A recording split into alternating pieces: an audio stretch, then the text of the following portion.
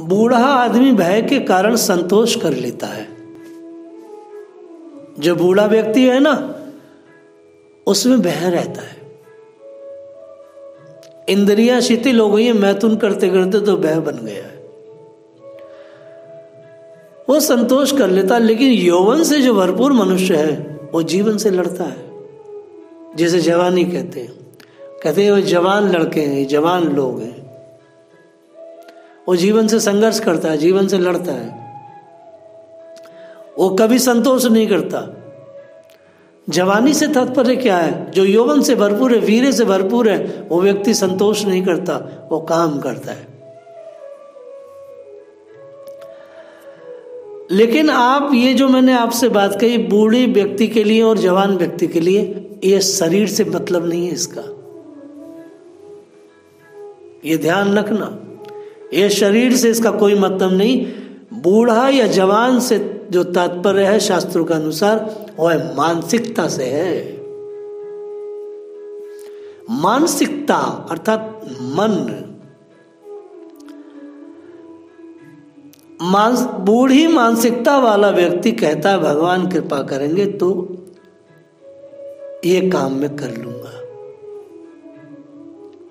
ये बूढ़ी मानसिकता है, ये कायर मानसिकता है। लेकिन वीर्यवान व्यक्ति कहता है, जो पुरुषार्थी है वो कहता है जो काम मैं अपने हाथ में लूंगा, जो करूंगा, भगवान उस पर मोहर लगाएंगे, भगवान को अच्छा लगेगा। निश्चित भगवान मेरे साथ है। ये पुरुषार्थी के लक्षण है। भगवान को हमेशा हंसता खेलता मौज वाला व्यक्ति पसंद है। रोता झीकता मंगेड़ा व्यक्ति भगवान को पसंद नहीं, क्योंकि भगवान पूरी तरह एकदम खिले हुए हैं। उनकी हर चीज कमल के फूल की तरह खिली है, सुगंध वाली है। तो भगवान को भी खिले हुए मनुष्य पसंद है। और हम सबका भी अनुभव है, जो प्रकृति खिली हुई है, जो पुष्प खिले हुए हैं, सुगंध वाले हैं। पूरे क्षेत्र में सरसों भरी पड़ी है, पूरी धरती आज पीली है। कितनी खिलावट है धरती की, भगवान को बहुत प्रिय है। बूढ़ी सोच कायरता की निशानी है।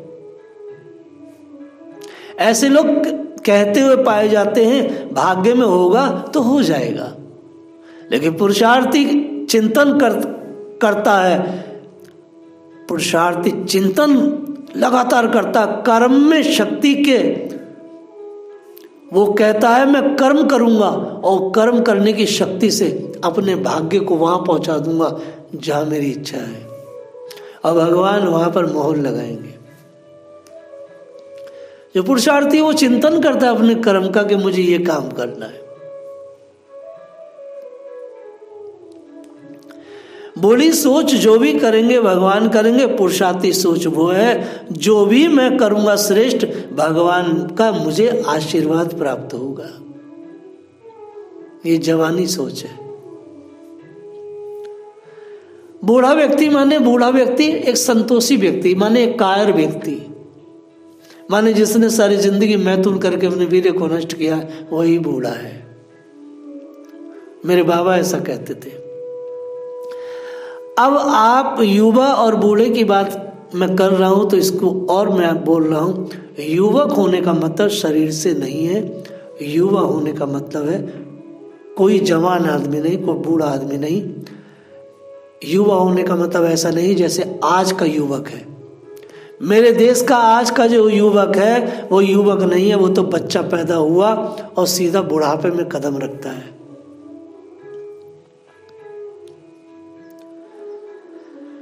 इस शरीर से तो युवा दिखता है, लेकिन चिंतन से भयानक बीमार और बिल्कुल बूढ़ा है।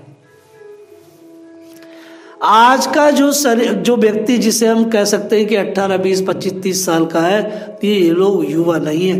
क्योंकि युवा होने का जो अर्थ है वो कहा गया है शास्त्रों में प्रज्ञावान, वीर्यवान। कौन प्रज्ञावान है, कौन वीर्यवान है? आज का युवा सिर्फ क्या कर रहा है? आज के युवा की स्थिति देखिए, उसकी चित्त की दशा देखिए।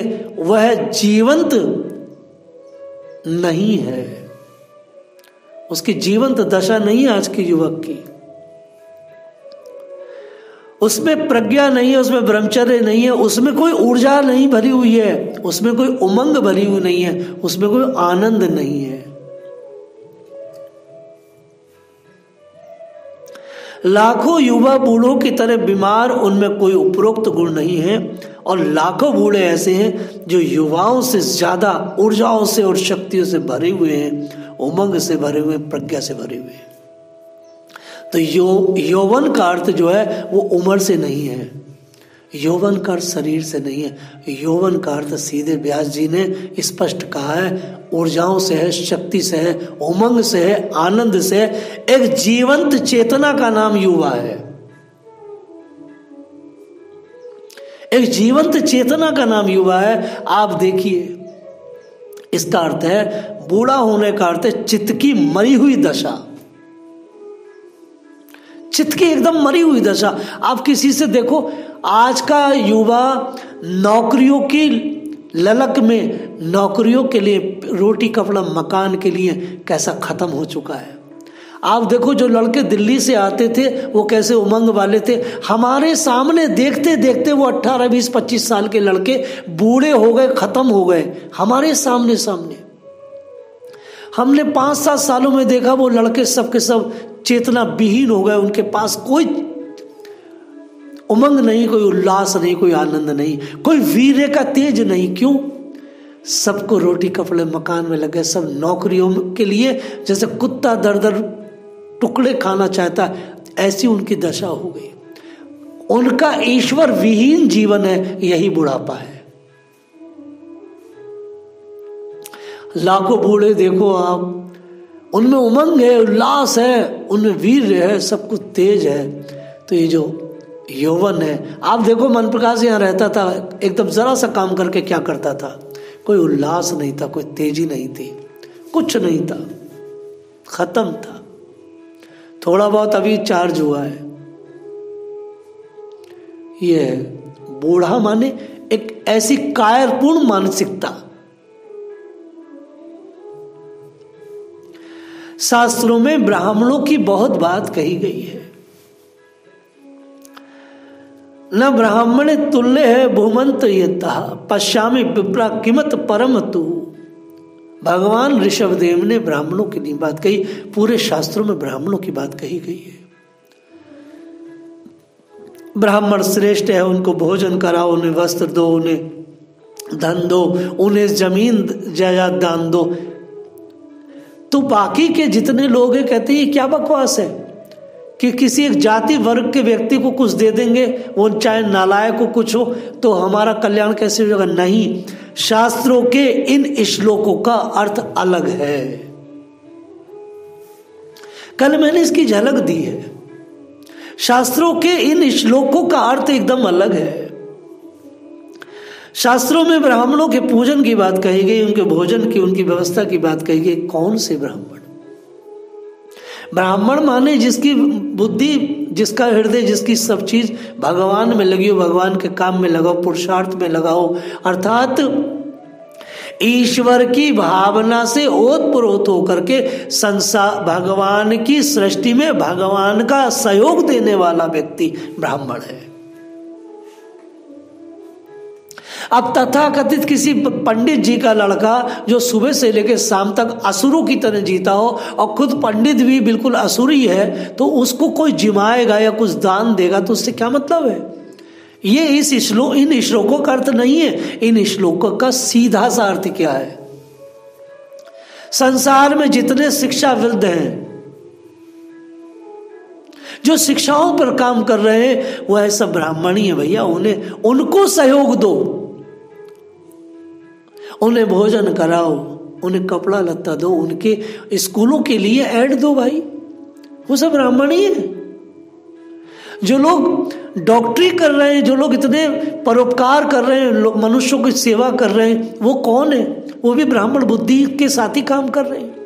इतने बड़े बड़े ये इंजीनियरिंग के जो कमाल है पूरे विश्व के अंदर, ये कौन लोग हैं? विश्व की मानव की सेवा कर रहे हैं। इन लोगों का सहयोग करना, इन लोगों को रिगार्ड देना, इन लोगों को जिमाना भाई, इनकी योजनाओं में अपना धन लगाना, यही इन श्लोकों का सही अर्थ है वर्तमान के परिप्रेक्ष्य में। किसी निठल्ले बामन को लाकर जिमाने से क्या मतलब है? जो व्यक्ति 150-200 बच्चों की लगातार शिक्षा में अपना सहयोग, आपको कहेगा कि शिक्षा में वो तो पैसा लेता है। हाँ लेता है ना भाई, उसको सम्मान दो ना मेरे भाई, उसे बुला के जिमाओ, उसको घी दो, उसे वस्त्र दो, उसके भी ज़रूरतें उनको पूरा करो, ये चीज़ है। नहीं तो ये फिर कोरी मनगढ़ंत सड़ी गली परंपरा रहेगी। इनसे पूर्व का ब्राह्मण सब यही कार्य करता था। पूर्व का ब्राह्मण सारा का सारा जीवन परोपकार में ही था उसका, शिक्षाओं में वो था, शिल्प में वो था, सब हर चीज में वही था। इसलिए रिगार्ड इतना कहा गया, भगवान ने कहा इनको सम्मान दो, मैं बहुत प्रसन्न होता हूं। लेकिन किसी जाति विशेष के लिए नहीं कहा गया है, भगवान ने कर्म क्षेत्र के लिए कहा है। कर्मणे जायते जंतु। कोई वाल्मीकि समाज में जन्मा व्यक्ति अगर लगातार कहीं बहुत बड़ी प्याऊशाला खोले है, कितना बड़ा काम किया है, तो उसको सम्मान देना है भाई। इन श्लोक का यही अर्थ है। संसार में जो भी कोई व्यक्ति सत्य की सेवा कर रहा है, सत्य की खोज कर रहा है और सत्य की खोज वाले लोगों को सहयोग दे रहा है, उनके प्रति श्रद्धा और उनके प्रति निष्ठा, प्रेम और उनको कुछ देने की विधा भगवान ने श्रीमद् भागवत में दी है। यही पश्यामि विप्रा किमते परम तु। जो पिपरों को सम्मान देता है, इन्हें भोजन कराता है, उस ऋषभदेव कहते हैं मैं बहुत खुश हूँ। तो ये नहीं कि निठल्ले इन लोगों को नहीं। जैसे ये मैंने क्यों बंद करा अपने ये पंगत करानी साधुओं की, जिन साधुओं के पेट भरे हुए हैं, जो लगातार केवल परंपरा के तहत यहाँ से लेके वहां तक दिन में 20 भंडारे खा रहे हैं, ऐसे साधुओं को भोजन देने से क्या मतलब है? मुझे तो वो अच्छा लगा जो प्रभुपाद जी ने अक्षय पात्र बनाया है, मधु पंडित ने। वहां कोई 60 लोगों की बस आती है, भूखे बिलवलाते लोग होते हैं, उसे मिडिल क्लास हाई क्लास सब होते हैं, उन्हें कृष्ण प्रसादम मिलता है, वो भूखे लोग हैं, उनको अन्न देना श्रेष्ठ है। बाकी पेट भरे हुए लोगों को फॉर्मेलिटी से खिलाना, ये मैं नहीं समझता कि इसमें कुछ धर्म, ये अध्यात्म है ही नहीं। आप बताइए क्या इससे कुछ आपको शांति मिलेगी? जो साधु 4 जगह खा करके आया है, आप उसको खिला रहे हैं, आपको शांति मिलेगी? आपको अशांति मिलेगी, क्योंकि वो खाएगा ही नहीं। लेकिन जो लोग भूखे हैं उन्हें खिलाना चाहिए ना। इसलिए बड़ा प्रपंच है। अध्यात्म के नाम पर जो ये भयानक पाखंड चल रहे हैं, इनको तो तोड़ने की जरूरत है आज। लेकिन ये जो बूढ़े हो गए हैं साधु, ये जो आपके आध्यात्मिक नेता बूढ़े हो गए हैं, ये इस परंपरा को तोड़ने की हिम्मत नहीं कर पाएंगे। युवाओं को आगे, और मैं तो पहले ही कह रहा हूं, युवा वही है जिसने अपने वीर्य को का रक्षण कर लिया है और अपनी चेतना और प्रज्ञा को और पुरानी सड़ी गली मान्यताओं को ठोक करके आगे बढ़ जाए। ये है युवा। ये लोग युवा नहीं जो नौकरियों के लिए दर दर भटक रहे हैं, ये युवा नहीं, ये तो बूढ़ों से भी ज्यादा बदतर हो चुके हैं, खत्म हो चुके हैं।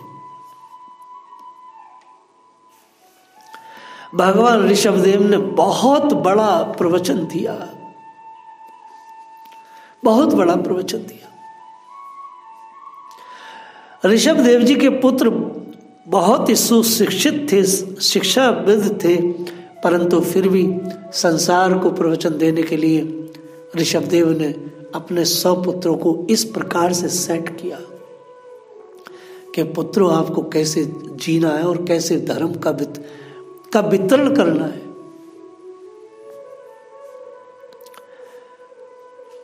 और इतना करने के बाद भगवान ऋषभदेव राजकाज से विमुख होकर के आगे निकल गए और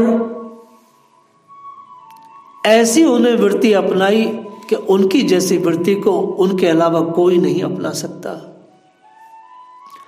भगवान ऋषभदेव ने योग साधन में विधन रूप बेवस्त वृत्ति को अपना लिया और ऐसी वृत्ति की कोई कल्पना भी नहीं कर सकता कोई योगी जैसी वृत्ति उन्होंने अपनाई।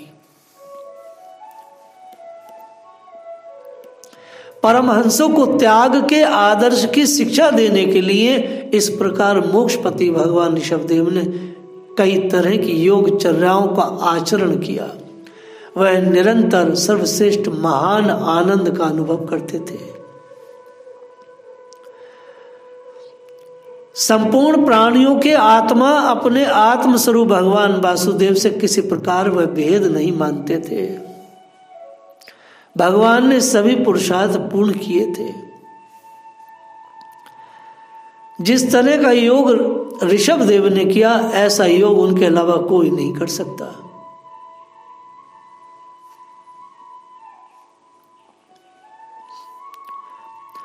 बुद्धिमान लोग कभी भी अपने चित्त का भरोसा नहीं करते।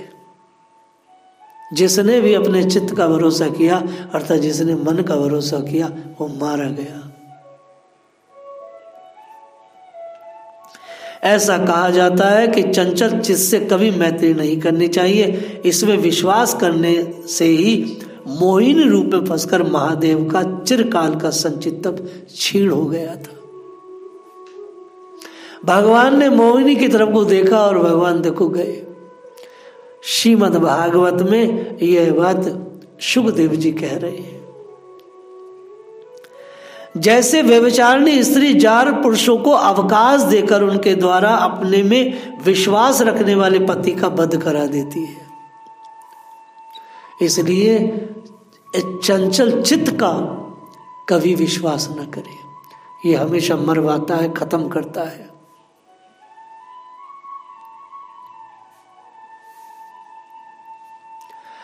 नु तद बुद्धा कामो मनुद्यदो लोभा शोक मोह भय दया। काम क्रोध मोद लोभ मोह भय आदि शत्रुओं का तथा कर्म बंधन का मूल ये मन ही है। इस पर कोई बुद्धिमान व्यक्ति कभी विश्वास नहीं कर सकता। तद बुद्धा, क्योंकि मन जो है ये बहुत नीचे ले जाता है और मन ही ऊंचा ले जा सकता है। भगवान ऋषभदेव ने जिस तरह से अपने जीवन को जिया, कलयुग में अधर्म की वृद्धि होगी उस समय भगवान ऋषभदेव की जो स्थिति है उसको बहुत सारे पाखंडी लोग उसे अपनाएंगे और भगवान विष्णु की निंदा करेंगे, शास्त्रों की वेदों की निंदा करेंगे। जैन समाज जिसको बड़ा श्रेष्ठ हम कहते हैं, सब कुछ अच्छा है, लेकिन भगवान की जो निंदा वो लोग करते हैं ये ठीक नहीं है। इसलिए सनातनियों को जैन समाज के मंदिरों में जाना निषेध है, क्योंकि उनकी स्थिति यह है कि कलयुग के प्रभाव से बुद्धिहीन हो जाने के कारण वे न स्नान करना, आचमन न करना, अशुद्ध रहना, केश नुचवाना, ईश्वर का तिरस्कार करना और पाखंड धर्मों को मनमाने ढंग से स्वीकार करना, वेद ब्राह्मण की शास्त्रों की अवहेलना करना, अंध परंपरा में विश्वास करना, ये आप तो देख ही रहे हैं स्थिति उन लोगों की ऐसी है। और आप आश्चर्य करेंगे, उन्हें लोग हम बड़ा श्रेष्ठ कहते हैं। अरे ये तो बड़े श्रेष्ठ हैं, शास्त्रों में मना किया है। इसलिए सनातन की जो स्थिति है वो कहीं नहीं है। मुक्तिम ददादि कहिचितम न भक्ति योगम।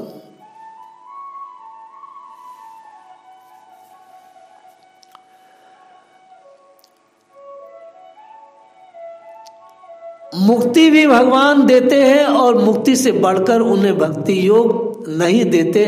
जो क्यों नहीं देते? भगवान ऋषभदेव के लिए के चैप्टर में शुकदेव जी कहते हैं कि परमात्मा मुक्ति तो दे देते हैं लेकिन एक चीज नहीं देते, मुक्ति ददामी न भक्ति योगम। भगवान मुक्त तो कर देंगे, लेकिन भक्ति योग आसानी से किसी व्यक्ति को नहीं देते। शास्त्र कहता है न भक्ति योगम मुक्ति ददामी, भगवान मुक्त तो कर देंगे मगर भक्ति योग नहीं देते। भक्ति योग बहुत बड़ी चीज है। निरंतर विषय भोग की अभिलाषा करने के कारण अपने वास्तविक श्रेय से चिरकाल बेसूद लोग, जो केवल आज का युवक केवल और केवल नौकरी के लिए जी रहा है, पापी पेट के लिए जी रहा है, ऐसे विषय भोग की अभिलाषा करने वाले चिरकाल तक बेसूद जैसे हैं, और ये सब आत्महत्यारे हैं। इन लोगों को आत्म कल्याण का उपदेश देना भी मूर्खता है, क्योंकि वास्तव में ये लोग क्या है, ये बूढ़े हो गए हैं, ये प्रज्ञावान नहीं है, वीर्यवान नहीं है। ये उनके पास जाना चाहते हैं जो इन्हें रोटी कपड़े मकान की व्यवस्था दे। और सनातन की परंपरा आत्मा की पुष्टि है, आत्मा पुष्ट है तो वो चीजें आ जाएंगी। क्या इससे पहले मेरे देश में गरीबी थी क्या? भारत को सोने की चिड़िया कहा गया। यहाँ का युवक आत्म उद्धार के लिए काम करता था और वहीं से उसके पास धन आता था। आज का युवक जो बूढ़ा है वो पेट उद्धार के लिए काम करता है, उसके उपलक्ष्य में उसके पास बीमारियां और शरीर सड़ जाता है और धन भी नहीं आता। आप देखो जो नौकरियों की तरफ को दर दर की ठोकरें खाते फिर रहे हैं लोग और बच्चे, उन्हें कुछ हासिल नहीं होता। शरीर तो गया ही गया, आत्मा भी गई। पहले की शिक्षा थी आत्म कल्याण के लिए काम करता था और शरीर का कल्याण अपने आप हो जाता था। क्या मेरे देश में वैज्ञानिक नहीं हुए, मेरे देश में इंजीनियर नहीं हुए? सब हुए हैं, लेकिन उन्होंने आत्मा को सर्वोपरि रखा, पेट को दूसरे स्तर पर। आज की विद्या पेट पहले है, आत्मा बाद को है। ऐसे कैसे हो सकता भाई? जय श्री राधे।